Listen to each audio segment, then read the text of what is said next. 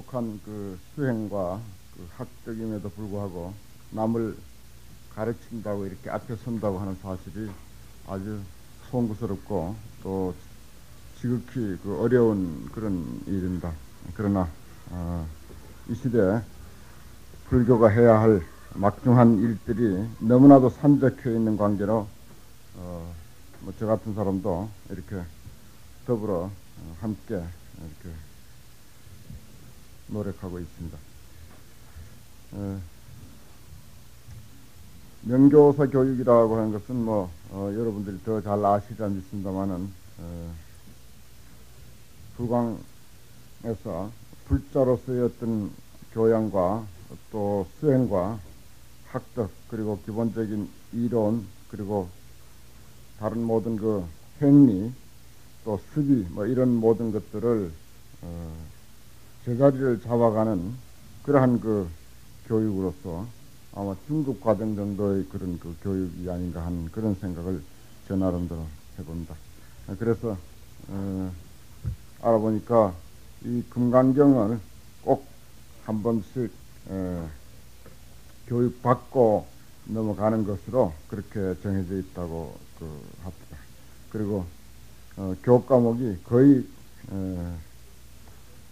근본적인 이런 그 경전들은 바뀌지 않는다고 그렇게 이제 들었습니다. 그래서 지난해에도 명교사 교육 때 금강경을 가지고 했습니다만은 금년에도 금강경으로서 하게 됐습니다. 저 하는 사람으로서는 좀 재미가 없습니다만 들으신 분들은 또 처음이신 분들도 있고 해서 어떨지 모르겠습니다. 사실 제가 금강경을 뭐 이곳 저곳에서 하긴 하지만은 또 할 때마다 늘 새롭고 또 사실 저도 잘 모르고요. 그래서 공부가 뭐 끝이 있겠습니까? 그래서 저 공부하는 그런 그 마음으로 또 저희 그 정진의 그 한 부분으로 그렇게 생각하고 저도 이렇게 강의에 임하게 되는 것입니다. 금강경 경문에 들어가기 전에 불교의 제반 그 경전에 대한 것을 한번 살펴보고 금강경이 불교 안에서 차지하고 있는 그 위치 이러한 것들을 한번 그 대강 우리가 추려보고 그리고 금강경 본문에 들어갈까 합니다. 우리가 대강 그 생각해 본다 하더라도 불교라고 하는 것은 아주 참으로 다양합니다. 저는 평소에 그 불교를 그 하나의 그 거대한 산으로 생각하고 이해하는 그런 그 습관이 있습니다. 산이라고 하는 것은 물론 높은 봉우리도 있습니다. 그래서 대개 등산을 하게 되면은 봉우리를 향해서 올라가지만은 사실은 그 정상만이 봉우리가 산이 아니라 그 산 주변 산을 형성하고 있는 저 바다까지도 사실은 어떻게 보면 그 산과 연결되어 있고 또 그 산의 한 부분이다 이렇게 생각이 들죠. 더구나 산으로 이제 접어들면은 이를테면 넓은 길이든 오솔길이든 또 개울이든 또는 나무나 돌이나 암벽이든 그 무엇도 모두 산 아님이 없다 하는 사실이고 또 그 산에는 꼭 그 큰 길을 따라서 정상에 오르는 것 그것만이 대도가 아니라 사실은 기화요초 볼만한 기화요초도 얼마든지 있고 아주 아름다운 석벽도 얼마든지 있고 또 호수라든지 흐르는 개울 냇물 뭐 이런 것들이 얼마든지 즐기고 완상할 만한 그런 그 풍경들도 또한 많습니다. 금강경이라고 하면은 그 가운데 하나의 그 아름다운 암석이라고 할까요? 금강이라고 했으니까 뭐 암석이라고 비유를 해도 좋겠고 또 하나의 깨끗하고 맑은 호수라고 비유를 해도 좋을 것 같습니다. 그 어떤 그 거대한 산 중에 하나의 그 한 부분에 해당되는 그 작은 호수에 우리는 이르러서 그 호수에 대한 주변 풍경을 잘 관찰하고 그 호수의 그 깊이와 또 호수의 맑게 비춰오고 있는 그런 그 물들을 우리가 잘 그 음미하고 또 마셔보고 또 거기에 몸을 담궈 본다 하는 그러한 그 입장으로 우리가 금강경을 대하는 것이 바람직하지 않겠나 하는 생각입니다. 대개 우리가 불교에 이렇게 몸을 담고 뭔가 알려고 하는 그런 마음이 있을 때 욕심을 부리기가 일쑤입니다.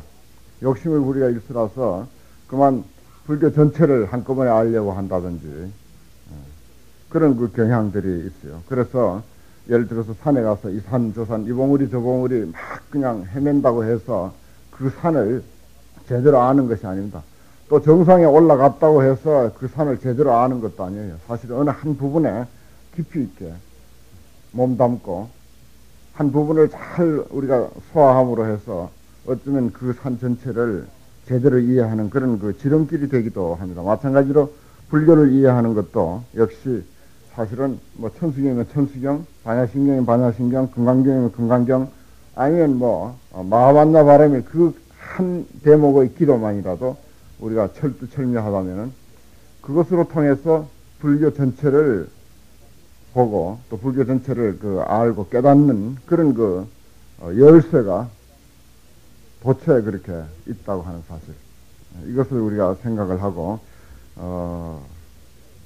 현대인들이 그 알고 싶어하는 그런 의욕은 좋지만은 너무 한꺼번에 많이 알려고 하는 그런 그 폐단이 있어서 정작 여러 가지를 많이 알다 보니까 나중에는 아무것도 모르겠더라라고 하는 그런 결론에 도달하는 수가 흔히 있죠. 그래서 주어진 시간에 우리가 이 금강경을 얼마만치 이해할는지는 모르겠습니다만은 또 이 금강경은 우리 그 불광 가족들은 평소에도 많이 그 지송하고 있는 것으로 알고 있습니다.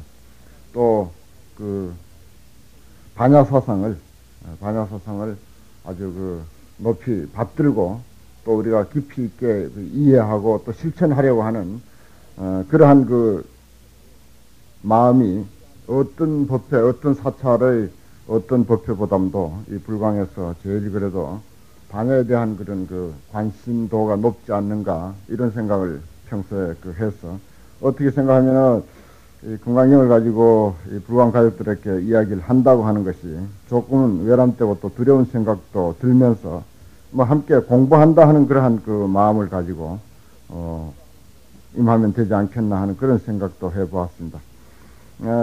이 금강경을 우리가 공부하는 것을 통해서 뭐 불교 전반을 이해하는 하나의 그 열쇠로 생각을 해도 뭐 충분하지 않겠나 저는 평소에 그렇게 믿고 있습니다.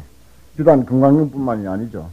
관세음보살도 좋고 마하반나 바라밀도 좋고 뭐 화두 하나도 좋고 무엇이든지 우리가 깊이 있게 이해한다면은 그 속에 뭐 전체가 다 포함되는 그러한 그 이치는 굳이 일미진중 함시방 한 먼지 속에 온 우주가 그 속에 다 포함되어 있다라고 하는 그런 그 화엄경의 구절을 인용하지 않더라도 아마 거의 뭐 상식에 가까운 그런 이야기가 아니겠나 하는 그런 생각을 해봅니다.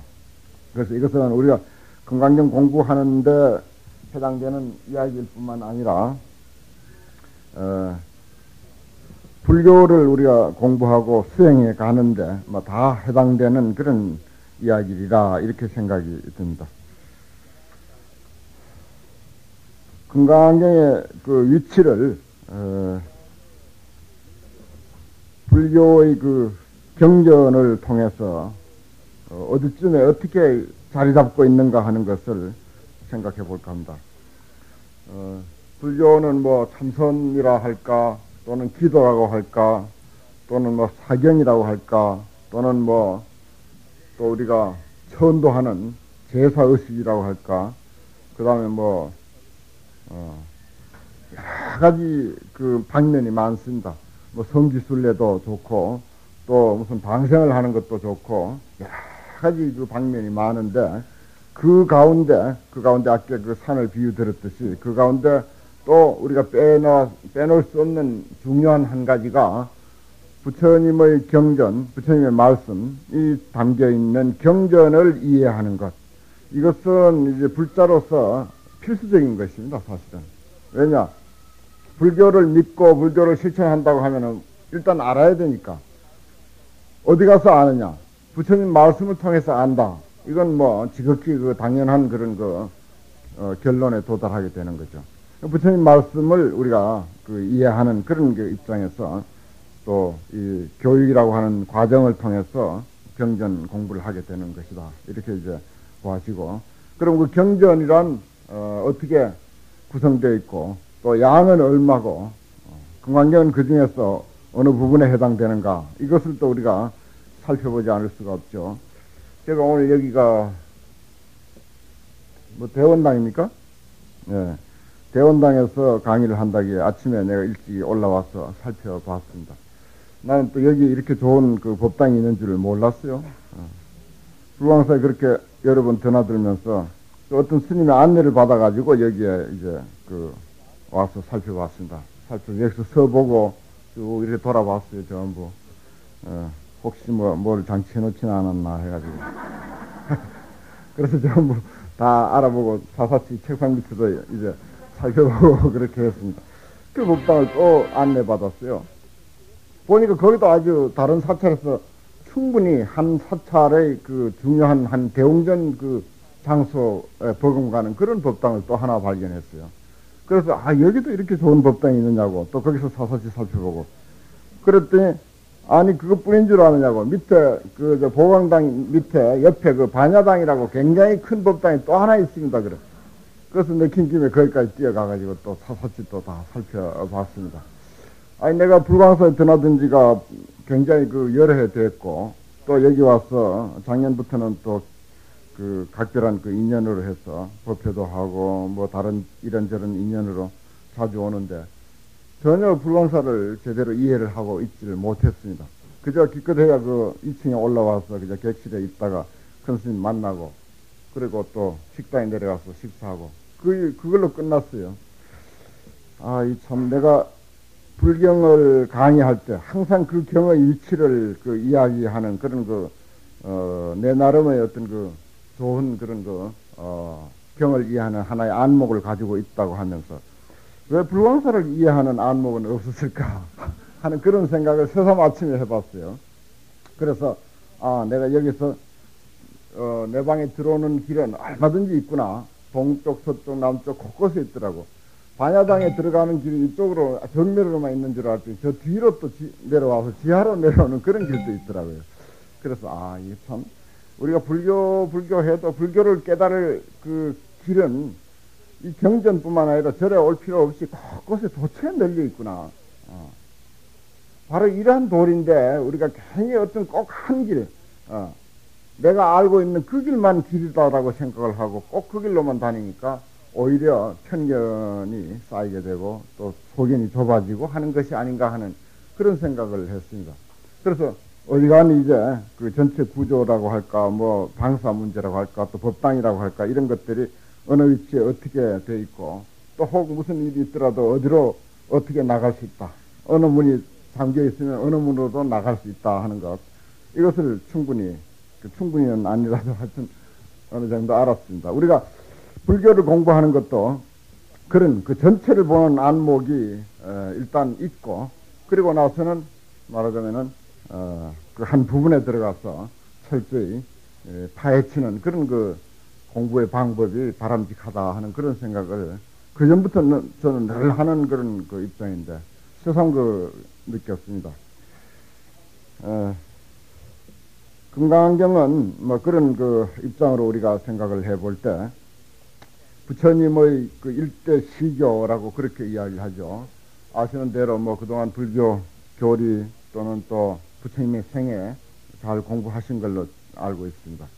또 이 금강경이 전 교육 과정에서 어느 쯤 위치에 있다고 하는 것도 제가 대강 파악은 해뒀어요. 그런데 성도하시고 45년간 설법하신 걸로 그렇게 배웠죠. 그것은 또 하나의 학설일 수도 있고 합니다만은 전통적으로 한국 불교에서 공부해온 소위 중국 불교를 답습하고 한국 불교, 다시 말해서 한역 장경을 근거로 해서 불교를 이해해온 이 한국 전통 불교에 있어서는 대개 49년을 잡습니다. 또 그것이 뭐 함부로 하는 이야기가 아니라 충분히 이제 근거가 있는 이야기죠. 뭐 어쨌든 45년이든 49년이든 참으로 장황한 시간을 부처님은 중생 교화를 위해서 노력하신 것이면 틀림이 없고, 또 그 많은 세월 동안 설하신 것이 뭐 어떤 데서는 300여 회다, 법회를 연 것이 300여 회다, 그렇게 이제 알고 있습니다. 근데 그 300여 회라고 하는 것이 아주 공식적인, 다시 말해서 뭐 정기 법회 같은 그런 그 큰 법회를 두고 하는 말이고, 사실은 수시설법, 한 사람 한 사람을 대해서 한다든지 뭐 또 가며 오며 또 그 부정기적인 그런 법회도 수없이 많습니다. 그래서 아주 그 정기적이고 뚜렷하게 역사에 기록되어 있는 것이 한 300여 회가 된다, 이렇게 이제 표현을 하고 있습니다. 그런 그 많은 법회, 또 오랜 시간 동안에 금강경은 과연 어디쯤에 해당되는가, 이것을 우리가 금강경 공부를 하니까 꼭 알 필요가 있는 거죠. 대개 아함경을 소승경전이라고 하고, 이건 어디까지나 전통적인 소위 장경에 대한 부처님의 모든 학설에 대한, 교설에 대한 그런 과판이다라고 하는데, 그걸 이제 분류 방법입니다. 부처님의 일생 동안 설하신 경전, 설법의 내용을 전통적으로 분류하는 방법. 그래서 이제 아함경 적었어요. 이거 칠판에 일일이 내가 쓰고 하면은 또 시간도 또 그렇고 하니까 뭐 전부 똑똑하고 청명하신 분들 열심히 적으시면 됩니다. 아함경을 12년 동안 설하신 걸로 그렇게 이제 되어 있습니다. 아함경은 아시는 대로 소승경전이다, 이제 그렇게 이야기를 해요. 그리고 그 내용이 말하자면은 한정되어 있는 그런 내용으로 그렇게 되어 있습니다. 일단 아함경 12년 동안 설하시고, 그 다음에 방등경, 방등부라고도 하고 방등경이라고도 하죠. 그걸 8년간 설했다. 그리고 그 다음에 이제 반야부 경전을 21년 동안 설했다. 그리고 이제 법화부 경전을, 법화경, 열반경에 관계되는 경전을 8년간 설했다, 이렇게 봅니다. 그리고 화엄부 경전은, 화엄경은 21일 동안 설했다, 그렇게 이제 이야기를 합니다. 21일, 그건 이제 연이 아니고 21일이고, 그러니까 아함부 경전 12년, 방등부 경전을 8년, 반야부 경전을 21년, 그 다음에 법화부 경전을 8년, 그럼 49년이 되죠. 예. 이것도 아주 굉장한 이유가 있습니다. 49년이 되는데 최초에 21일 동안 화엄경을 설한 것으로 그렇게 되어 있습니다. 이건 누가 그냥 마음대로 잡은 것이 아니라 법화경에 이러한 이야기가 나옵니다. 뭐 아신 분은 아시겠습니다만은 궁자 비유라 해서 법화경에 비유가, 아주 재밌는 비유가 9가지가 나와요. 그 중에 한 가지 비유가 궁자 비유라고 하는 것인데, 어떤 사람이 아들을 하나 두었습니다. 그런데 그 아들이 어려서 그만 집을 나갔어요. 그 집을 나가서 오랫동안 객지를 헤매게 됐습니다. 한 40년 가까운 세월을 객지를 이제 떠돌면서 거지 생활을 하게 됐습니다. 어디 가서 이제 날품팔이나 하고 일당이나 받아서 연명해가는 그러한 생활을 하고 있었습니다. 그런데 아버지는 그 후 아주 거대한 부자가 되어가지고 한 지역에 아주 그야말로 큰 장자 소리를 듣는 그런 아주 대갑부가 그렇게 이제 된 그런 입장이죠. 그런데 이 사람은 그 아들 이외에는 없었습니다. 근데 아들은 도망가가지고 찾을 길이 없고, 그래서 자나깨나 아들을 찾고자 했다고 하는 이야기입니다. 그런데 아버지가 나이가 이제 들었죠. 나이가 들고 죽을 때가 거의 가까워 왔는데 아들은 찾을 길이 없습니다. 그래서 오늘이나 내일이나 하고 저 대청마루에 앉아서 아들이 지나가는 것을 보려고 이렇게 바라보고 있는데, 마침 어떤 거지가 저 문 밖에서 이렇게 문을 빼꼼히 들여다보고 이렇게 뚫레 살핍니다. 워낙 이제 거대한 부잣집이니까 너무 어리어리한 집이라서 감히 들어오지는 못하고 문 밖에서 이렇게 살핍니다. 그래 살피는데 아버지가 가만히 보니까 어디서 보던 듯한 그런 그 모습이라, 그래서 자세히 보니까 아들의 모습인 거예요. 그래서 이 아버지는 엉겹결에 그냥 벗은발로 뛰어내려가서 그 아들을 반기려고 했습니다. 그렇지만은 이 아들은 갑자기 주인이 쫓아내려오니까 자기가 뭐 잘못했는가, 이렇게 들여다보는 것이 잘못인가 이렇게 생각을 하고 도망을 가기 시작하죠. 도망을 가기 시작합니다. 그래서 아버지가 그 아들을 쫓아가다가 이래서는 안 되겠다 싶어서 할 수 없이 다른 하인들을 시켜서 저 사람의 수준에 맞는 어떤 그 일을 시킵니다. 그래서 맨 처음에 이제 그 걸음을 치고 청소를 하고 하는, 그래서 이제 일당을 주어서 그 사람이 생활해 가도록 이런 일을 시키도록 그 어떤 하인에게 부탁을 하죠. 그래서 하인이 가가지고 그 사람을 그렇게 달래가지고 저쪽 어디 한 구석에서 그런 일을 하고 있습니다.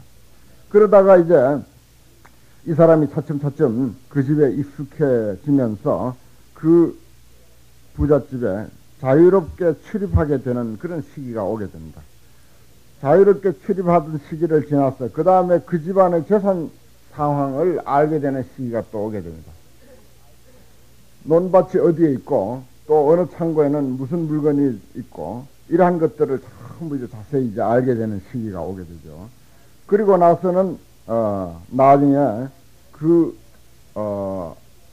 사람이 이 장자의 아들이라고 하는 그러한 그 발표를 하게 되고, 또 이 사람은 감히 그 집안의 모든 재산을 물려받게 되는 그런 그 시기가 오게 됩니다. 그러한 이야기가 아주 정연하게 나 있어요. 그래서 그것은 부처님의 일대 시절을, 일생의 그 가르침을 최종적으로 정리하는 그런 그 이야기다, 이렇게 되어 있습니다. 그건 뭐 너무나도 명백한 사실이에요. 그래 맨 처음에 놀라서 도망가던 때는 뭔가 하니 환경을 설하던 때다, 그렇습니다. 최초의 환경을 설하던 때다. 그건 이제 부처님께서 환경이라고 하는 것은 최고의 경전이고, 또 그것은 들을 사람의 수준을 감안하지 않고 이야기되어진 것입니다.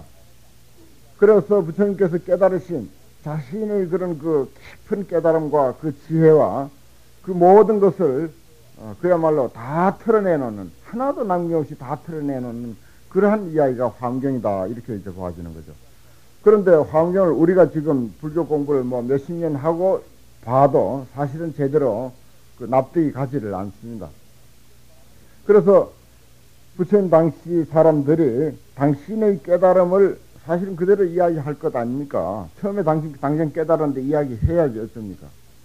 소위 그저 근래 또는 뭐 역사적으로 도를 깨치신 분들이 오도성이라고 하는 말을 쓰죠. 오도성. 근데 오도성을 보면 참 그 알기 어렵다고요. 아주 간단한 글인데도 쉽게 알기는 어렵습니다. 그래서 그것은 왜 그런가 하니 듣는 사람의 그 수준이라든지 사정을 생각하지 않고 자기의 깨달음의 내용을 그냥 표현할 뿐입니다. 그러니까 우리가 그 이해하기가 어려운 거예요. 마찬가지로 화엄경이라고 하는 것은 부처님의 오도성이다, 이렇게 봐도 지나친 표현은 아닙니다. 부처님의 깨달음의 내용을 그냥 다 털어내는 그런 내용이다. 요즘 뭐 또 화엄경 영화로 찍는다고 지금 한창 광고가 나섰고 또 기사가 신문에 가끔 보이대요. 아주 참 좋은 현상입니다. 화엄경을 영화화한다. 아주 참 불교로서는 바람직한 일입니다. 뭐 누가 얼마나 이해를 하고 또 어떻게 만드느냐, 이건 뭐 생각하지 말고 그저 화엄경을 영화화한다 하는 그 사실, 참 고무적인 일이죠. 불교인으로서는 감히 그 화엄경에 도전해보고 또 영화화 해보려고 하는 그 어떤 용기라 할까, 또 그런 그 일반적인 인식, 이게 참 중요한 것입니다. 어쨌거나 화엄경은 그런 부처님의 깨달음의 내용을 다 털어내놓은 것이다. 그래서 아무도 이해하지 못했다는 것입니다. 그래서 불교를 알려고 부처님과 같은 사람이 되려고 하는 그런 생각을 감히 못하는 거죠. 그것이 이제 못난 아들이 아버지가 쫓아가니까 놀란 그 시기다 이렇게 보는 거예요. 놀란 그것하고 일치가 되는 내용이다. 아주 그 기가 막힌 그 표현입니다. 그래서 아버지가 어떻습니까? 하인을 시켜서 그 사람의 수준에 맞는 일을 시키면서 일당을 줘갖고 또 그것을 가지고 살아가게 하고 그래야 그 사람 수준에 맞으니까 그렇게 한 시기가 소위 12년간 아함경을 설하던 때다. 그러니까 수준이 아주 얕다는 것입니다. 그래서 아함경을 보면은 누구나 다 쉽게 이해할 수 있습니다. 당장에 우리 법구경만 하더라도 법구경이 역시 원시 경전에 해당돼요. 꼭 그건 아함부라고는 하지 않으나 그러나 이해가 되는 또 누구든지 감명이 가는 그런 그 내용들입니다. 그래서 거기 보면 설화가 많이 나옵니다. 이야기들이 부처님의 전생담이라고 할까 뭐 또 어떤 그 이치를 하나 이야기하더라도 우리 그 마치 동화를 읽듯이 동화는 어떻습니까? 한참 재밌게 이야기 뭐 나쁜 사람 나오고 착한 사람 나오고 이야기 이끌어 가다가 마지막으로는 뭔가 교훈이 딱 한마디 나온다고요. 교훈은 딱 한마디 나오는 거예요. 그 한마디 전하기 위해서 그 이치 하나 전하기 위해서 동화의 그 이야기가 한참 장황하게 그렇게 이제 벌어지는 것 아닙니까? 그렇지만 그 동화는 어린아이들에게 맞는 거지 어른들에게는 그 지루해서 안 맞는 거예요. 몇 마디 읽어보면 알고 뒤에 딱 읽어보면 아 이것 때문에 이 이야기 때문에 이런 것을 썼구나 이런 것을 알 수 있습니다. 그런 식으로 이제 짜여져 있습니다. 대개 보면은 그래서 말하자면 수준이 아주 그 낮은 그 우리들의 그 어떤 그 의식을 좀 깨우치기 위해서 설해진 것이 아함부 경전이다 이렇게 정리를 하는 것입니다. 팔만대장경 전체를 놓고 이제 정리를 할 때 그 다음에 이제 그 집에 자유롭게 출입했다라고 하는 시기는 말하자면 8년간 방등부 경전을 설하던 때다 그렇게 이제 되어 있어요. 그래서 좀 수준이 좀 나아졌으니까 나은 경전을 이제 높은 수준의 이야기를 많이 했다는 것입니다. 그런데 그 다음에 이제 21년 동안 반야부 경전을 설한 것은 영지보물이라 보물이 어디에 있는지를 다 알게 하는 것. 부처님의 재산 상황, 부처님의 지혜가 어떻고 부처님의 자비가 어떻고 이것을 전부 알도록 하는 것. 그것을 다 드러내서 이야기하는 것. 그렇다고 다 전해준 것은 아직 아니에요. 이것이 말하자면 반야부 경전이고 앞서 이야기했던 그 집의 보물, 재산 상황, 논밭 이런 것들이 어디에 어떻게 있다라고 하는 것을 소상하게 알게 된 그러한 시기 이제 반야부를 설하던 21년간이다 하는 그런 이야기입니다. 그 다음에 이제 부처님 모든 그런 가르침을 또 그리고 부처님의 마음을 다 전하는 그런 것이지. 그때는 이제 성숙됐으니까 불자들이 전부 지혜가 성숙돼서 너가 바로 부처다. 너는 바로 성불할 거야 라고 이렇게 이야기해도 하나도 놀라는 사람이 없습니다. 그것은 이제 너가 바로 내 아들이야 라고 이렇게 해도 그때 놀라지 않고 그 장자의 재산을 그대로 물려받았습니다. 하나도 놀라지 않고 물려받았다는 그런 이야기죠. 그래서 아버지의 재산을 전부 물려받은 시기가 법화경, 열반경을 설하던 시기와 같은 것이다. 부처님의 모든 그 지혜와 복덕이 그대로 너의 것이다. 우리 늘 그러죠. 내 생명, 부처님 무량 공덕 생명. 하나도 놀라는 사람 없대요. 그 소리 해도. 그게 이제,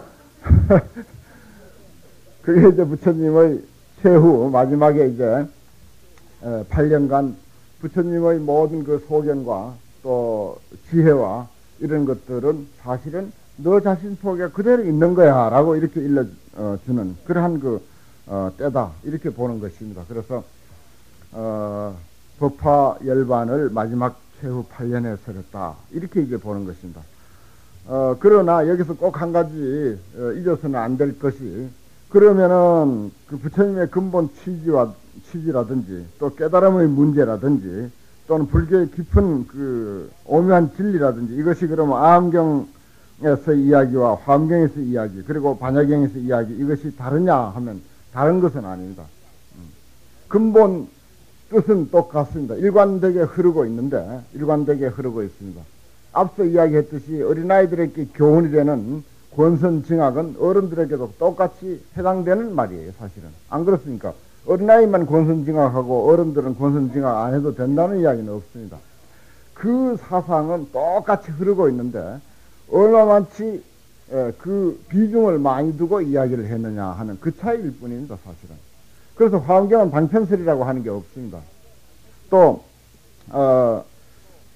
법화경에 와서 방편설이 거의 없어요. 방편품이라고 하는 것이 있는데 그동안 내가 방편으로 이렇게 동화와 같은 이야기를 많이 했다. 그것을 다 깨놓고 이야기하는 그런 내용이 방편품이라고 하는 그런 품이고, 그동안은 내가 어쩔 수 없이 너희들에게 그와 같은 수준을 높이기 위해서 방편으로 한 이야기가 많았었다. 양해하라. 이런 이야기를 하게 됩니다. 양해하라고 하기 전에 묻습니다. 제자들에게. 내가 어쩔 수 없어서 이런저런 방편 이야기를 했어. 실제 있지도 않은 소리를 내가 많이 했어. 그러나 그것을 너희들은 듣고 굉장히 마음에 깨닫는 바가 많았는데 그걸 가지고 내가 거짓말을 했다고 너희들이 생각하겠느냐.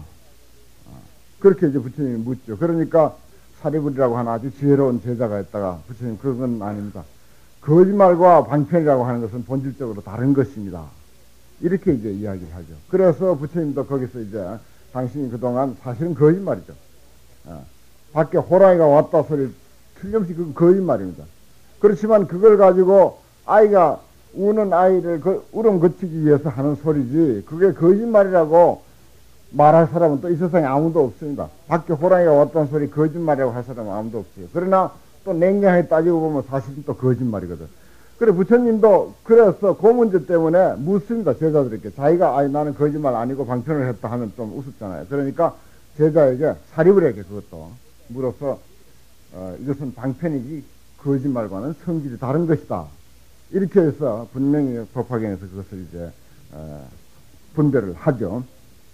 우리가 평생 세세생생 불교에 몸 담고 불교 공부를 마라톤을 하듯이 느긋하게 그렇게 서두르지 말고 그렇게 평생을 통해서 하는 그런 공부다라고 생각할 때 사실 이 전반적인 것을 우리가 대강 간추리고 또 거기에 대해서 하나하나 우리가 쌓아가는 그런 노력이 사실은 꼭 필요합니다. 그래서 그렇다면은 방편이 무엇이고 진실이 무엇이다라고 하는 거 이거 이제 숨길 필요가 없어요. 내 생명 부처님 무량공덕 생명이라 해도 하나도 놀라지도 않는데 부처님의 그 진실을 다 털어놓고 이야기해도 괜찮은 시대라고요.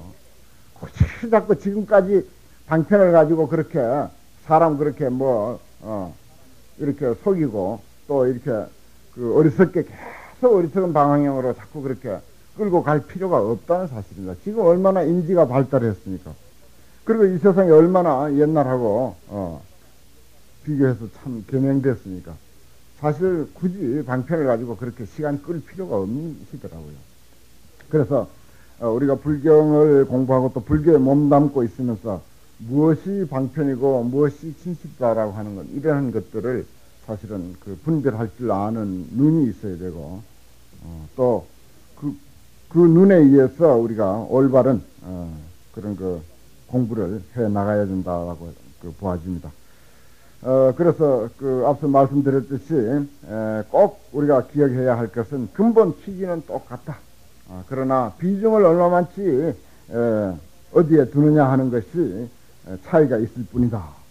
그렇게 보면은 아함경의 근본 취지나 화엄경의 근본 취지나 또 반야경 우리가 공부하려고 하는 금강반야바라밀경의 근본 뜻이나 그 근본되는 뜻에 있어서는 차이가 없는 것이다. 이렇게 보면 됩니다.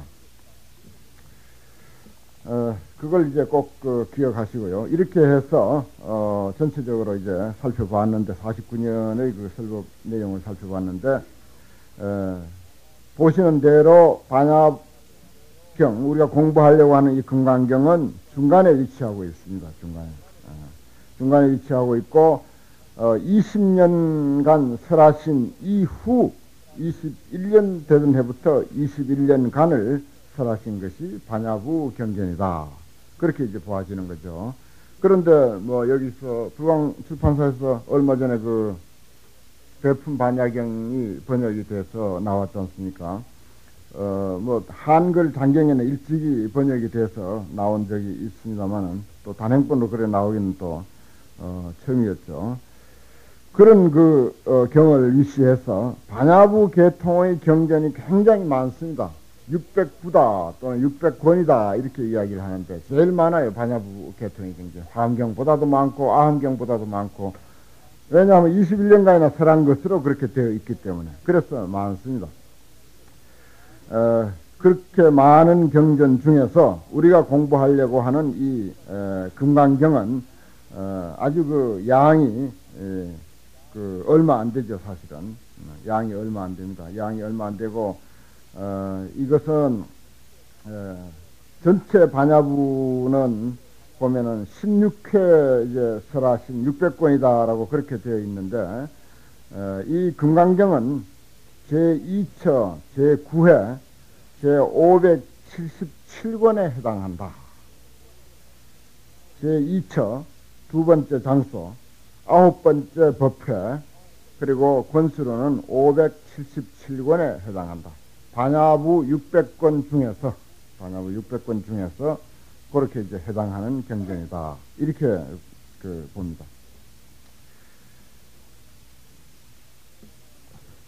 그러면은 이제 금강경은 반야부에서 어디쯤에 있고, 또 반야부는 부처님의 팔만대장경 49년간 설하신 일생의 교설 가운데 어디쯤에 해당된다 하는 것을 이제 대강 짐작하시겠죠.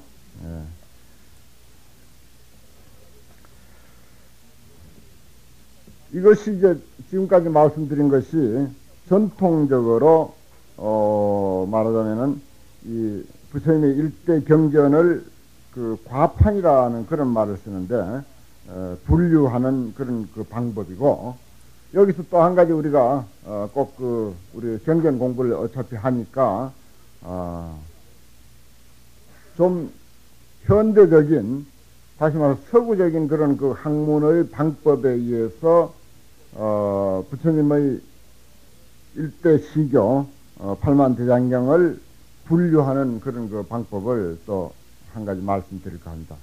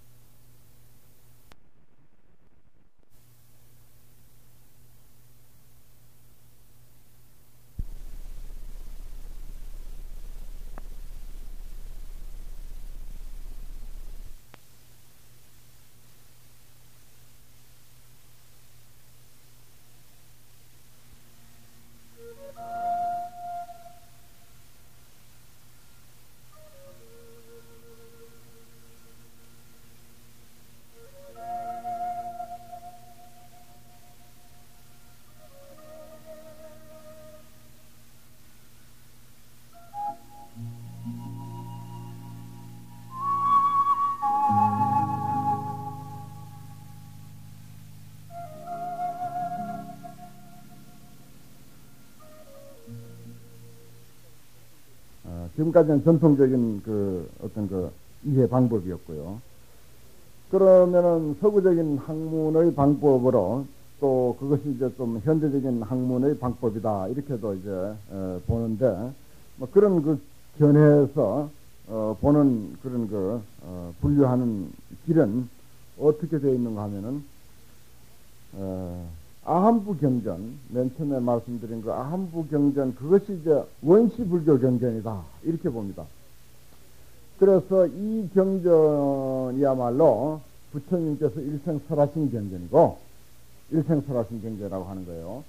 그리고 이 경전은, 부처님께서 열반하시자마자 바로 시작해서,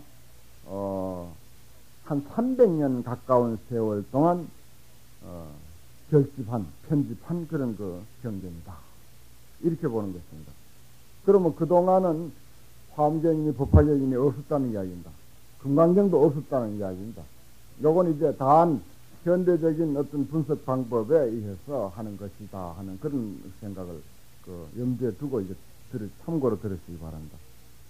그리고 한 400년, 500년, 불멸 후 400년, 500년 경에, 이런 이야기 많이 들었죠. 교리 공부 시간에 아마 제대로 들었을 줄 믿습니다. 400년, 500년 경에 다시 말해서 대승불교가 발달했다. 그런 이야기 하죠. 대승불교가 발달했다라고 하는 근거가 무언가 하니 대승경전의 출현이다. 이 말이에요. 대승경전이 출현하기 시작했다. 대승경전이라고 하는 것은 두말 할 것 없이 방등부 계통도 대승이고, 금강경 대승 초기 경전이다. 이렇게 보는 것입니다. 또 유마경도 대승 초기 경전이에요. 그 역시 반야부 계통의 경전입니다. 그래서 대승경전도 초기 대승경전, 중기 대승불교, 또 후기 대승불교, 초기 대승불교, 중기 대승불교, 후기 대승불교 3기로 이렇게 나눠요. 소승불교는 우리가 소승불교라고 해가지고 근본불교하고 그 다음에 부파불교, 그러죠? 근본불교 다음에 부파불교 이렇게 합니다. 부파가 이제 한 300년 가까이 그렇게 오다가 너무 공리공론에 떨어져가지고 불교의 본래의 그런 어떤 목적은 도외시한 채 불교를 잘못 그렇게 이해하는 그런 경향이 있어서 일부에서 본래 부처님의 사상으로 돌아가자.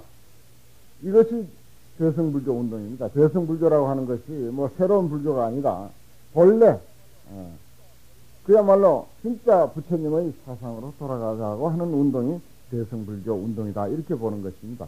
그래서 처음에 말씀드렸듯이 취지는 똑같습니다. 그래서 그때 이제 성립된 경전, 결집이라고 해도 좋고 성립이라고 해도 좋고 편창이라고 해도 좋고 어떤 표현도 상관은 없습니다. 그때 성립된 경전들이 대승경전들이다. 이렇게 됩니다. 그 대승이라고 하는 그런 사상이 출현하면서부터 굉장히 갈등이 심하고 마찰이 심했습니다. 굉장히 마찰이 심했어요. 그래서 새로운 그런 어떤 사상을 수용하는 측에서는 굉장히 좋아했고, 그것을 반대하는 측에서는 지금도 눈에 불을 켜고 아주 싫어합니다. 아주 원수시해요. 그래서 그때부터 그야말로 대승과 소승이 아주 철저히 나눠지기 시작했습니다. 옛날에는 부파불교 시대는 부파가 많았죠. 굉장히 많았는데 대승불교, 소승불교 이것이 이제 나눠질 때는 그만, 물론 이것도 대승 입장에서 하는 소리지만은 그걸 뭐 대중부, 상자부 이런 식으로도 이제 표현을 하죠. 그래서 대승불교, 소승불교가 이제 불멸 후 한 400~500년 경부터 이제 분명하게 이제 나눠지기 시작해서 발달한 것이 대승불교는 북쪽으로 발달하고 소승불교는 남쪽으로 발달하고 이렇게 해가지고서 지금도 어떻습니까? 태국, 스리랑카, 버마 이쪽은 소승불교고 중국, 티베트, 중국, 몽고, 한국, 일본 이쪽으로는 수은지방에는 대승불교권이죠. 그래서 본래 이 발달한 그 대승불교 사상을 받아들이지 않던 남방불교에는 아예 철저히 배제해가지고 없습니다. 경전이 아예 없어요. 아예 없고 아함부 경전뿐입니다. 우리 북방불교에는 아함부 경전부터 저 화엄경까지 싹 다 있는데 전체가 다 있습니다. 그런데 남방불교에는 지금도 아함부 경전뿐이에요. 오니까야라 해가지고 아함부 경전뿐입니다. 받아들이지도 않아요. 내가 소승불교를 숭상하는 어떤 스님하고 인도 여행을 했는데 심지어 어느 정도로 반대하는가 하면요. 이건 뭡니까 기독교인들이 불교를 반대하는 이상이에요. 아주 심합니다. 저기 법화경을 설한 어디입니까? 영축산. 영축산을 갔는데 영축산 그 밑에 가가지고 거기 올라가지 않는 거예요. 그 스님은. 그 15분 거리야. 걸어서 15분 거리인데 거기를 가지 않는 거예요. 거기 가면 법화경 이야기를 해야 되고 대승불교 이야기를 해야 되니까 그걸 입에 담기 싫다는 거지. 예. 그런 표현은 안 하죠. 그런 말도 아예 안 해요. 싫다는 소리까지도 안 하는 거예요. 근본적으로 이것은 불설이 아니다. 부처님의 학설이 아니다 해가지고 그렇게 반대를 합니다. 그래서 거기를 아예 가지 않아요. 직접 경험한 이야기니까. 그와 같이, 그런데 대승불교는 그렇지를 않습니다. 대승불교는 굉장히 그야말로 대중불교예요. 대중적인 그런 어떤 포용력이 있습니다. 그래서 모든 것을 다 수용하는 그런 입장인데, 소승불교는 절대선을 딱 꺼가지고 아주 철두철미하게 그렇게, 기다 아니다 이것을 분별한다. 그런데 따지고 봅시다. 아함경이 성문화되기, 다시 말해서 책으로 편집되기까지 불멸 후 300년 경에 됐습니다. 그거 들었죠? 300년쯤에 돼서 됐다고요. 내가 오늘 한 이야기 점심 먹고 여러분들이 한번 전해보십시오. 어떻게 전해지는가. 각양각색으로 전부 달리 이야기됩니다. 달리 얘기해요. 그러나 금강경을 이야기했다. 그거는 아마 틀림없을 거예요. 그거는 맞을지언데 그 외에 다른 아주 잡다한 이야기들은 전부 각양각색으로 노트 하라고 했지만 전부 노트 들여다보면 다 다를 거예요 아마. 이게 우리 인간의 실정이라고요. 그런데 300년 후에 설하신 결집된 기록된 그 아함경님들 안 믿기로 하면 그건 어떻게 또 믿습니까? 300년 후에 결집된 것은 믿고 500년 후에 결집된 것은 안 믿는다면 그건 무슨 또 심보예요 그거는.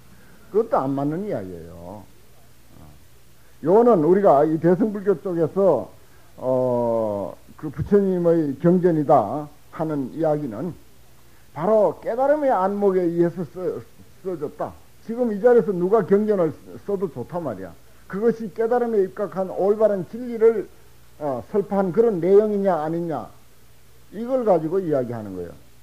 본질적으로 모든 사람이 다 부처라고 하는 입장인데 그렇다면은 부처님이 누구는 부처님이고 누구는 부처님이 아닙니까? 부처님의 소견으로 경전이 결집되어졌으면 오케이야 그냥. 대승불교에서는 그게 맞는 거예요. 300년에 결집됐고 500년에 결집됐고 그걸 가지고 분류한다고 하는 것은 이건 얼토당토 않는 것입니다.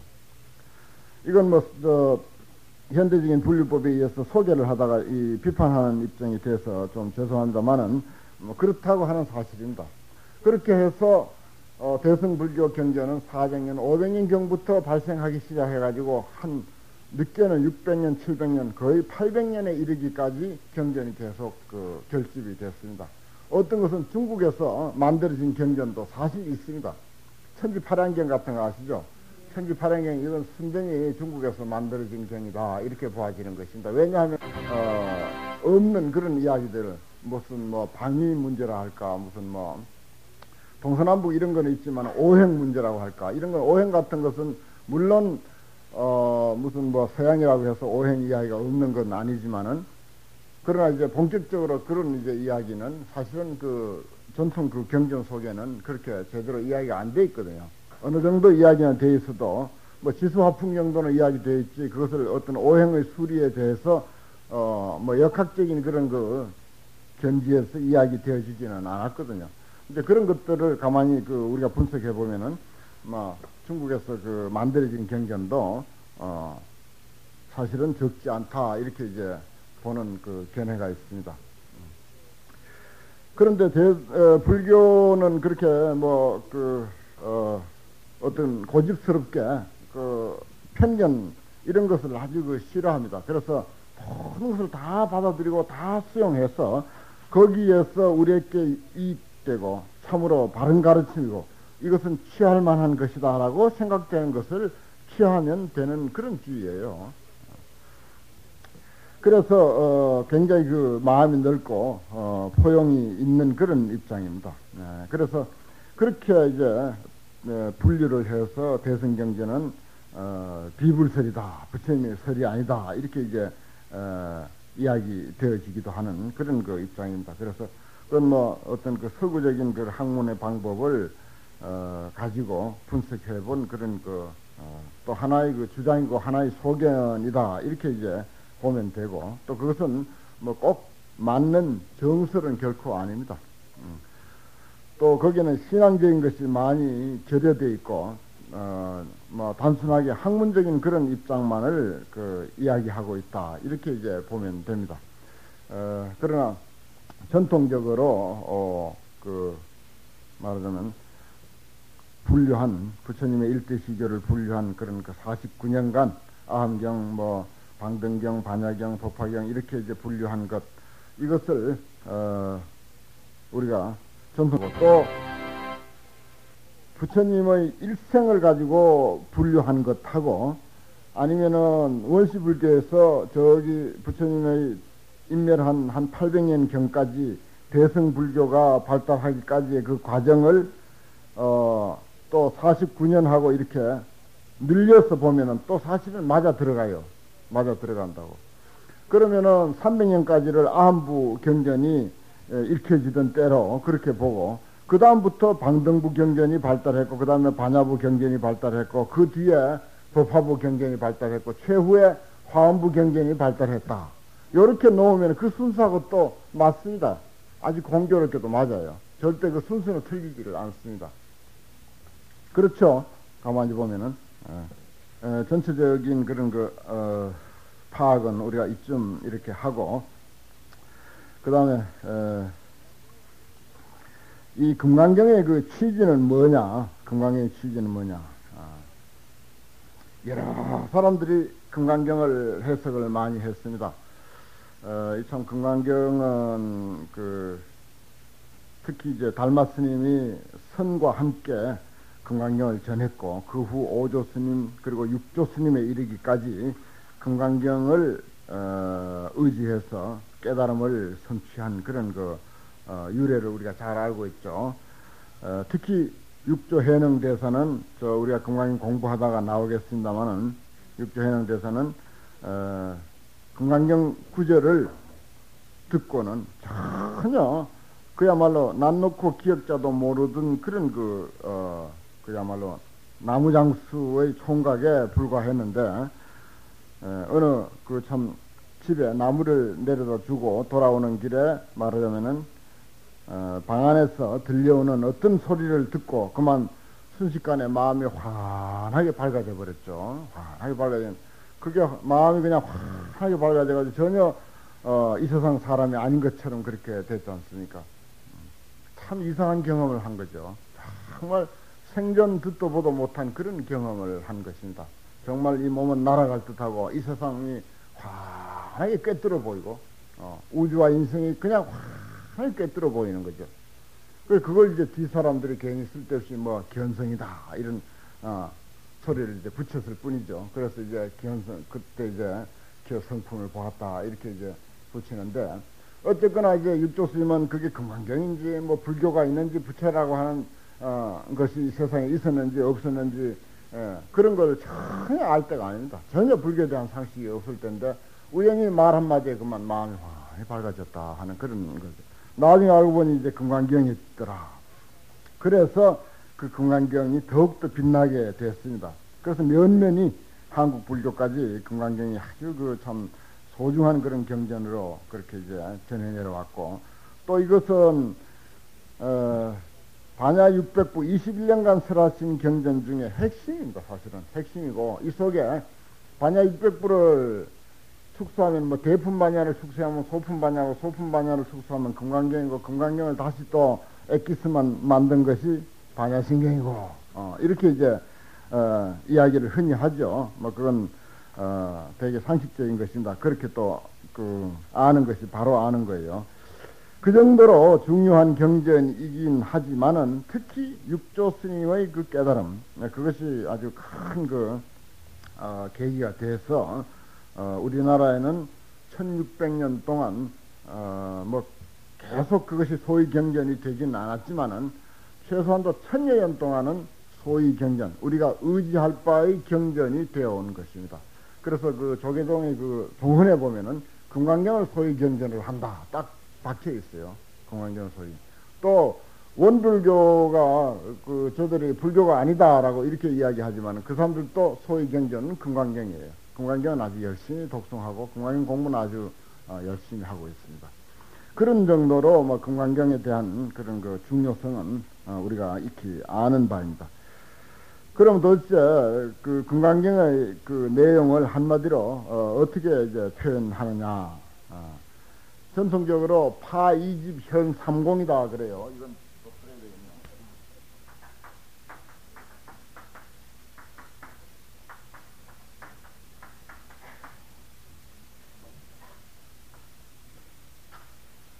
파 2집 현 3공, 현자는 나타날 현자입니다. 이거. 두 가지의 집착을 깨뜨리고 세 개의 공을 나타낸다. 이렇게 봅니다. 파 2집 현 3공. 두 가지의 집착이라고 하는 것은 나다 하는 것과 너다라고 하는 것. 나다라고 하는 것이 하나고 너다라고 하는 것이 하나입니다. 그래서 아집, 법집 그러죠. 그걸 일러서 아집, 법집. 나자 집착할 집자, 또 법법자 집착할 집자. 파 2집 변 3공. 3공은 아공, 법공, 구공. 아공, 법공은 아시고 숫자는 함께 숫자.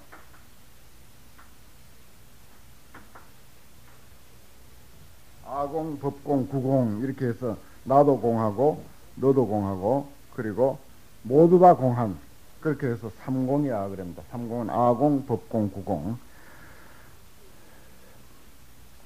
이게 이제 3공이고 2집이에요. 그런데 공은 사실은 나타내는 게 아니죠. 현 3공이라고. 그런데 저걸 나는 이제 세 가지가 공해지면은 또 두 가지의 집착이 깨뜨려지면은 결국은 우리가 제일 좋아하는 반야가 나타난다. 그래서 현 반야다 이렇게도 이제 표현을 합니다. 있는 것은 반야뿐이에요. 온 우주가 나도 너도 그리고 온 우주 삼라만상이 반야뿐이다. 반야 하나뿐이다 라고 하는 그런 이야기입니다. 그러니까 반야를 나타내는 데는 결국은 나다 너다 하는 그런 그 집착 또 그러한 상만 떠나버리면은 결국은 반야는 멀리 있는 것이 아니에요. 반야는 그대로 우주에 충만해 있는 것인데 우리가 그 반야를 보지 못하고 쓰지 못하는 것은 바로 나다 너다 하는 그 집착 때문에 반야가 드러나지 않는다. 이렇게 보는 것입니다.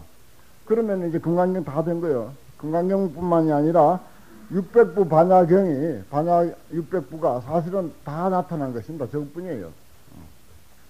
반야 600부도 마찬가지입니다.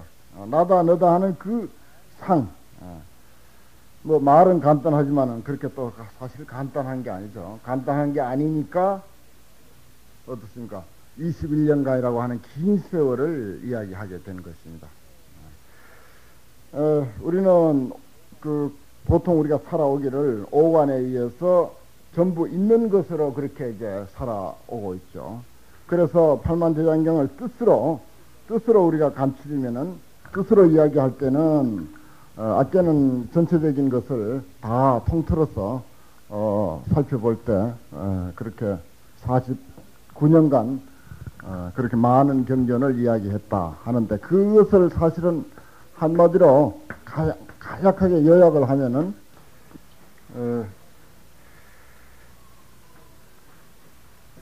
부처님의 일대 시교를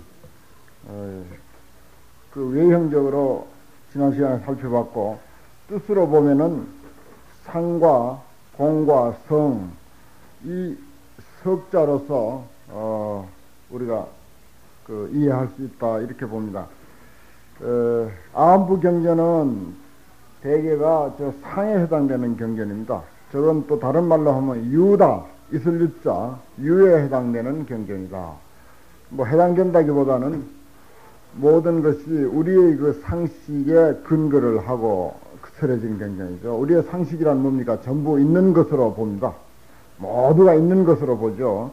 그래서 괴로움도 있고 괴로움의 원인도 있고 괴로움을 제거하는 길도 있고 또 제거된 괴로움이 소멸한 열반도 있고 이 모든 것이 있는 것으로 그렇게 설명이 되어집니다. 그건 우리에게 아주 쉽습니다. 이해하기가 쉬워요. 왜냐? 있다고 하는 것은 우리 눈에 보이는 것 그대로 이야기이기 때문에 있는 것을 가지고 있다고 하는데야 누구든지 수긍하지 않을 사람이 없죠. 그러나 이제 거기서 한 단계 이제 높아지면은 없다. 저 있다고 하는데도 그냥 단순하게 있다는 것이 아니라 있다고 하는 것을 근거로 해서 성품에 의해서 다시 말해서 저 진리의 근거를 두고 있다고 하는 것입니다. 그냥 단순하게 있다고 하는 것은 말하자면은 그야 뭐 세속적인 우리가 뭐 불교라고 하든지 아니면 깨달음이라고 하든지 지혜라고 하든지 이런 것을 바탕에 두지 않고 그냥 단순하게 있다 하는 것이고 불교에서 우리가 있다라고 할 때는 언제든지 진리를 바탕으로 하고 성을 근거로 하고 있다고 하는 것이지 그냥 있다고 하는 이야기는 아닙니다. 그래서 이성설상이라 그러죠. 성품에 의거해서 상을 설했다 이렇게 봅니다. 그 다음에 이제 공은 이제 파상현성이다. 상을 깨뜨리고 성을 나타내는 것이다. 그래서 이제 그 다음에는 없다라고 하는 이야기입니다. 번연히 있는데 없다고 하는 것이 쉽게 납득이 안 가죠. 우리가 아침 저녁으로 외우지만은 눈도 귀도 코도 입도 혀도 아무것도 없다. 아니 비설싱이도 없다. 색성향 미촉법도 없다. 눈의 세계 입의 세계 모든 것이 다 없다. 그리고 무명도 없고 고진멸도도 없다. 12년도 없고 고진멸도도 없다. 그래서 결국은 얻을 것도 없고 지혜도 없다라고 하는 그런 차원으로까지 이르러 가고 있습니다. 그런데 분명히 있거든요. 우리가 지금 아니비설싱이가 있으니까 지금 보고 듣고 이런 공부를 하고 있는데 왜 없다고 하느냐? 그 없다고 하는 도리가 분명히 있습니다. 그런데 사실은 그게 쉽게 이해가 되지 않죠. 없는 입장이 분명히 있습니다. 뭐 반야심리를 공부해서 그 왜 없다고 하는지 없는 입장이 뭔지를 뭐 잘 아시다 믿습니다만은 어쨌든 없다고 하는 그런 견해. 그 단순하게 없는 것이 목적이 없다고 하는 것이 목적이 아니라 없다고 함으로 해서 반야를 나타내는 것이고 진리를 나타내는 것이고 다시 말해서 성을 나타내는 것이다. 이렇게 이제 보는 것이고 그 다음 그대로 눈에 보이면 보이는 대로 들리면 들리는 대로 또 형상으로서 있으면 있는 대로 텅 빈 공간이면 공간 없으면 없는 그대로 다 진리다. 그대로 다 반야광명이고 그대로 우리의 본성이고 통일된 하나의 우리의 생명체고 형상으로 존재하든 형상으로 존재하지 않든 관계없이 모두가 진리다라고 이렇게 보는 입장이 성의 입장입니다. 그것이 이제 부처님께서 가르치신 그 내용을 뜻으로 본 것이고 또 저것은 어떤 사물이든지 우리의 정신 문제든지 아니면 어떤 눈에 보이는 사물이든지 간에 저러한 입장이 있습니다. 모양으로 이 연필이 모양으로 이렇게 존재하죠. 그러나 이 연필은 어떻게 해서 이렇게 모양으로 존재합니까? 온갖 여러 가지 인연에 의해서 존재하는 것이죠. 그러면 본래는 이 연필이 아니라고요. 연필이 아니지만은 여러 가지 인연에 의해서. 불꽃을 보면 제일 쉽겠네. 불꽃이 이게 본래 이렇게 있는 게 아니거든요. 초가 있고 성냥불이 그어져서 이렇게 불꽃이 존재하듯이. 그렇다면은 이 불꽃 이것은 사실은 우리가 있다고 잘 생각하기가 그렇습니다. 불교인이라면 조그마한 그런 불교적인 상식이 있다면 이거 없다 하면 그거 맞는 소리야 알아듣는다고요. 다 알아들어. 연필이 없다 알아듣습니다. 아니 비설신이 없다 하면 알아들어요. 다 안다고요. 그런 입장이 있지 않습니까? 분명히. 왜 그런지 왜 없다고 하는지 안다고요. 그러나 분명히 상은 또 있거든요. 모양이 있다고요. 상이라. 그런데 또 거기서 한 차원 달리해서 있는 것이든 없는 것이든 우주 만유 그대로 공간이면 공간 아니면 어떤 형상이면 형상 그대로가 진리다라고 이렇게 이제 보는 입장입니다. 그것은 이게 그야말로 한 차원 다른 입장이고, 또 우리가 끝내는 그러한 그 안목을 우리가 갖추는 것, 또 그러한 그 안목으로서 살아가는 것, 이것이 바로 우리의 그 최종 그 목표고, 또 불교의 가장 바람직한 관점, 그걸 이제 중도관이라고 할까요? 중도관이라고 이렇게 이제 표현할 수가 있겠죠. 공은 그대로 공관이라 그럽니다. 공으로 관찰한다. 그리고 상으로 보는 것, 있는 것으로 보고 형상으로 보고 상을 상으로 보는 것은, 그것은 이제 가관이라 그러죠. 가관. 거짓 같다. 거짓으로 본다. 삼관, 한번 들었습니까? 가관. 가관이라고 이렇게 이제 이야기를 하죠. 그래서 그 관점의 그렇게 여러 가지로 나눠질 수 있다는 것이지, 없는 이야기를 하는 것은 아닙니다. 불교는 있는 그대로를 그대로 파악하고 사실대로 파악하고 파악한 대로 가르치는 것이 불교입니다. 없는 것을 가지고 뭐 가공적으로 이렇게 내세워놓고 그것을 우리가 공부해야 된다, 그것을 배워야 된다, 그것을 뭐 의식화해야 된다, 없는 것을 두고서 의식화하는 그런 이야기는 불교는 아닙니다. 사실을 참 사실대로 파악하고 파악한 그대로 드러내서 우리에게 일러주는 것입니다. 그 이제 파악이 안 되는 것은 우리의 그 말하자면 소견의 차이고, 견해의 차이고, 안목의 차이고, 지혜의 차이죠.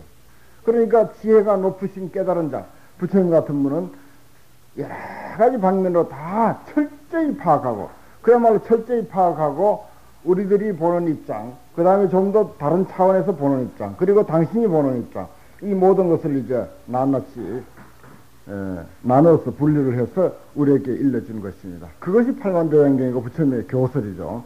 그것을 이제 크게 나누면은 상으로 보느냐, 공으로 보느냐, 아니면 진리 그 자체로 법으로 보느냐, 성품으로 보느냐, 이 차이가 이제 되는 거죠. 이 사실은 팔만대장경 간단하게 정의하면 저 상, 공, 성, 또 저걸 이제 공성상, 언제부터인지 공성상이라고 이렇게 또 순서를 그렇게 이제 부르기도 합니다. 공성상 삼종이라 그래요. 공성상 세 가지의 어떤 그 종파 또는 세 가지의 견해, 이렇게 이제 이야기를 합니다. 저기에 벗어나지를 않습니다. 팔만대장경 부처님의 가르침뿐만 아니라 우리가 살아가고 있는 이 세계의 모든 현상들이 사실은 저 공성상 세 가지 견해에 벗어나지가 않아요.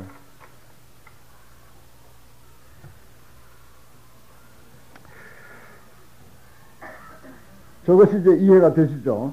저걸로 저 세 글자로서 이 세상 모든 것을 다 우리가 나눌 수 있고 볼 수가 있고 또 분류할 수가 있다 하는 것. 따라서 부처님의 그 많은 교설을 저 세 글자로서 전부 우리가 분류할 수가 있다 하는 것입니다. 그래서 이제 경전을 이제부터 이제 읽어보면은, 아, 이거는 있다는 소리구나. 아, 그거는 상이야. 그러면, 아, 이건 없다는 소리구나. 무 아니 비설신이 무색성의 미촉법.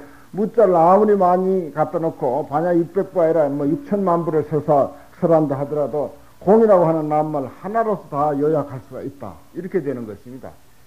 그 다음에 뭐, 모든 것이 다 진리다. 열반경 이야기라든지, 법화경 이야기라든지, 아니면 화엄경 이야기라든지, 이런 것을, 읽을 때는, 아, 그것은 전체가 다 진리라고 하는 이야기구나. 전체가 다 법이라고 하는 이야기구나. 전체가 다 성이라고 하는 이야기구나. 그렇게 그냥 우리가 그렇게, 분리해버리면, 지레짐작만 해버려도 그건 틀리는 건 아니에요. 거의 그 속에 다 포함됩니다. 이러한 이해의 방법은 우리가 앞으로 뭐 금강경뿐만 아니라 다른 경전을 이해하든지 불교를 공부하는데 꼭 분류하는 그런 하나의 안목으로서 분명히 갖추고 있어야 할 그러한 내용인 것입니다. 앞서 이야기했듯이 금강경의 큰 뜻은 뭐라고 했죠? 파이집 현삼공. 이걸 이제 금강경 대지라 그래요. 옛날부터 경전의 큰 뜻을 한마디로 그렇게 요약하는 그런 글들이 다 있습니다. 그걸 이제 금강경 대지, 시험 칠 때 이제 금강경 대지를 써라 하면은 파이집 현삼공 이렇게 쓰면 그건 100점입니다. 이거 스님들 시험 치는 승가고시가 있어요. 승가고시에 꼭 이게 나옵니다. 금강경 대지를 쓰시오. 이렇게 딱 나와요. 그러면 파이집 현삼공 쓰면 뭐 그건 맞는 거예요.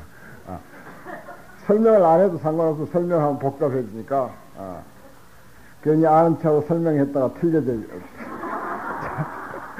잘못 쓰지 말고 파이집 현상공 해놓으면은 맞긴 맞거든. 어쨌든 설명은 충실하지 못하지만 맞긴 맞으니까 어쨌든 맞는 걸 해줍니다. 제가 이제 승가고시를 많이 치러보고 또 그거 이제 고시위원 노릇을 여러 번 해봤어. 그런 경험이 있습니다. 그래 우리가 의논을 해요. 아니 맞기는 맞는데 그렇다고 가만 보니까 뜻은 충실하지는 않고 설명이 충실하지는 않잖아요. 파이지 현상공 해놓으면은.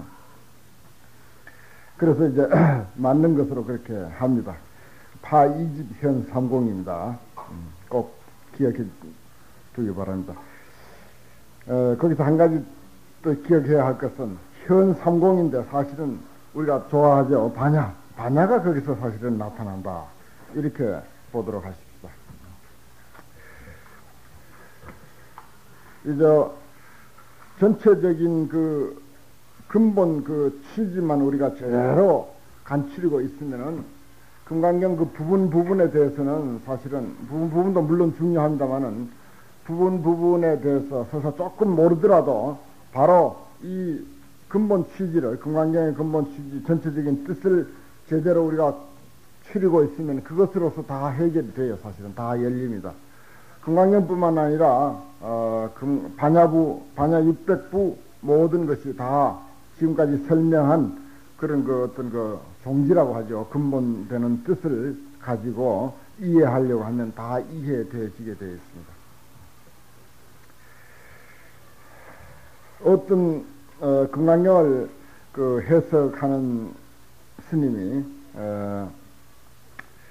이 세상 사람들이 누구 할 것 없이 다 왜 움직이느냐. 저 밭이 달리고 있는 자동차 그리고 걸어가고 있는 사람들 아침 되면 분주하게 참 활동하고 있는 분들 또 이 자리에 오신 분들도 아침 일찍이 설거지 팍 하고 딴 날보다도 얼른 해치우고 그래야 여기까지 도착할 수 있으니까 시간에 열심히 움직이는 사람들. 저 아침에 또 공원에 가보니까 열심히 뛰고 있는 사람들이 있더라고요. 여기 뭡니까 이 호숫가에 가보니까 그래 이 모든 사람들 위로는 부처님으로부터 아래로는 우리의 일까지 왜 그렇게 열심히 움직이겠습니까? 한마디로 요약하면은 보다 더 잘 살기 위해서 하는 것입니다. 사실은 잘 사는 것이 이게 무엇인지 또 어떻게 잘 사는지 그게 이제 문제일 뿐이죠. 전부 잘 살기 위해서 하는 거예요. 우리가 왜 여기 와서 공부합니까? 사실은 잘 살려고 하는 거예요. 근데 잘 산다는 그 의미가 요즘 조금 더 왜곡되어 있어서 난 잘 살기 위해서 절에 다닌다. 그러면 좀 곤란하죠. 잘 살라고 명교서 교육받는다. 그 교육받는 사람들끼리는 통하고 불교인들끼리는 통하지만은 그렇지 않은 사람들에게 그 소리 하면은 아주 오해가 많을 것입니다. 안 그래요? 잘 살라고 절에 간다. 또 잘 살라고 무슨 교육받는다. 그래서 또 그 한 번 더 생각해 보면 맞긴 맞는 소리야 사실은. 어떤 이유에서든지 잘 살려고 하는 것이면 틀림없다고요.